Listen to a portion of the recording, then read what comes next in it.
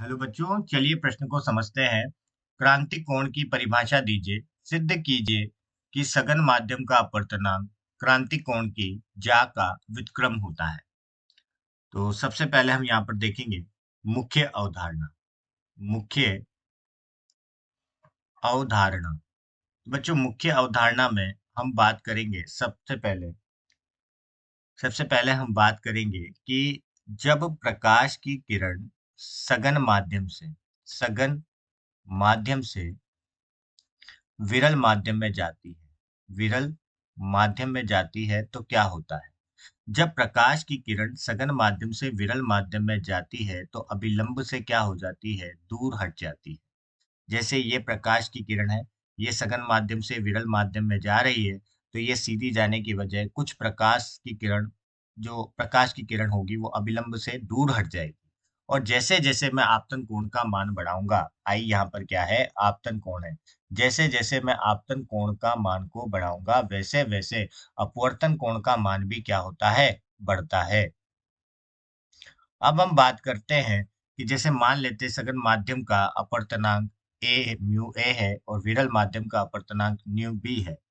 तो हम स्नेल का नियम जो संबंध देता है वो देता है अपवर्तनांक और यहाँ पर आपतन कोण और परावर्तन कोण में आपतन कोण और अपवर्तन कोण में संबंध देता है। और वो क्या कहता है? साइन आई जा आई और साइन जा आर बराबर होता है किसके? अपवर्तनांक के। ठीक है। अब ये कहाँ से कहाँ जा रही है? ए से बी जा रही है। यहाँ पर न्यू किसको बता रहा है? अपवर्तनांक को बता रहा है। तो इन्हीं अवधारणाओं को उपयोग में लेकर चलिए प्रश्न को हल करते हैं। हल। तो सबसे पहले हम बात करते हैं यहाँ पर क्रांतिक कोण की। क्रांतिक कोण, तो देखिए यहाँ पर ये हमने तीन अलग तीन यहाँ पर हमने किरण आरेख बनाए। यहाँ पर सब में माध्यम यह है कि सघन माध्यम से प्रकाश की किरण कहाँ पर जाएगी? विरल माध्यम में जाएगी। तीनों स्थिति में।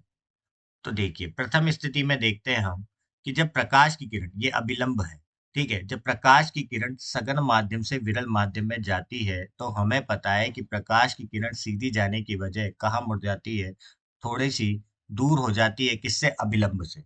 तो मतलब जैसे जैसे हम आपतन कोण का मान बढ़ाएंगे वैसे वैसे अपवर्तन कोण का मान भी क्या होगा? बढ़ेगा। आपतन कोण का मान बढ़ाएंगे तो अपवर्तन कोण का मान भी क्या होगा? बढ़ेगा। अब हम देखते हैं कि जैसे मैंने अब यहाँ पर और आपतन कोण का मान को बढ़ाया तो यहाँ पर जो ये प्रकाश की किरण है ये और किससे हट जाएगी? दूर, अभिलंब से दूर हट जाएगी। तो ये देखिए आपतन कोण के मान को बढ़ाया गया है तो अपवर्तन कोण का मान भी क्या हो रहा है? बढ़ रहा है। अब ऐसी एक स्थिति आती है जब प्रकाश की किरण सघन माध्यम से विरल माध्यम में जाती है तो प्रकाश की किरण का न तो अपवर्तन होता है न ही परावर्तन होता है, बल्कि ये माध्यमों के अंतराल के समांतर आ जाती है और इसमें अपवर्तन कोण का मान 90 डिग्री हो जाता है। तो ऐसे आपतन कोण को हम क्या कहते हैं? क्रांतिक कोण कहते हैं। क्या कहते हैं? ऐसे आपतन कोण को हम क्या कहते हैं? क्रांतिक कोण कहते हैं। तो हम क्या लिखेंगे? जब कोई प्रकाश की किरण सघन माध्यम से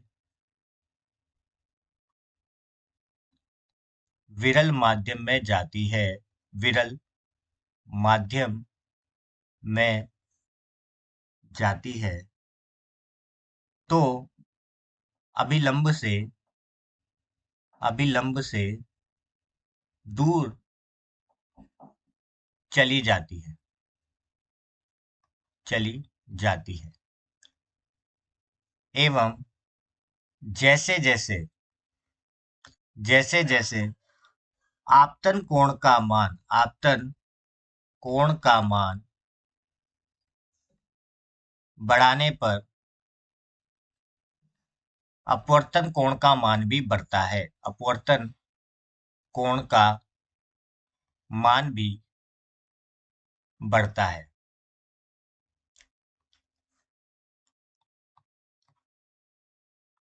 अब ऐसा आपतन कोण जब प्रकाश की अपवर्तित किरण अपवर्तित किरण न तो अपवर्तित होती है अपवर्तित होती है, न ही परावर्तित होती है, बल्कि माध्यमों के अंतराल के समांतर आ जाती है। ऐसे आपतन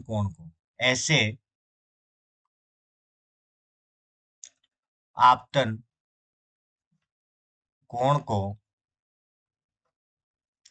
क्रांतिक कोण कहते हैं।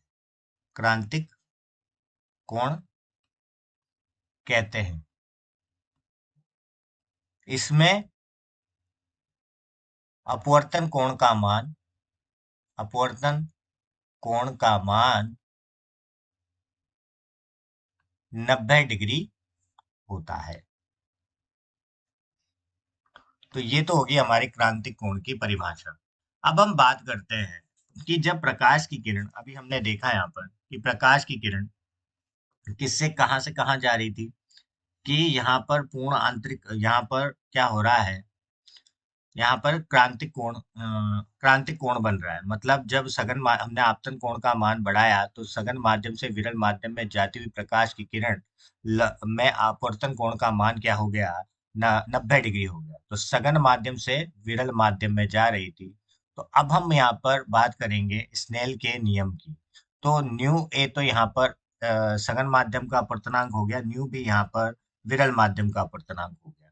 और ये प्रकाश की किरण जिसका क्रांतिक कोण पर आपतन कोण है, तो ये क्या हो गई, लंबवत हो गई। तो यहाँ पर जो अपवर्तन कोण का मान है वो कितना हो गया है, 90 डिग्री हो गया है। तो अब हम बात करते हैं स्नेल के नियम से। तो स्नेल के नियम से अगर मैं बात करूं तो हम क्या लिख सकते हैं, यहाँ पर हम लिख सकते हैं न्यू ए गुणा साइन जा आई, न्यू बी गुणा जा आर।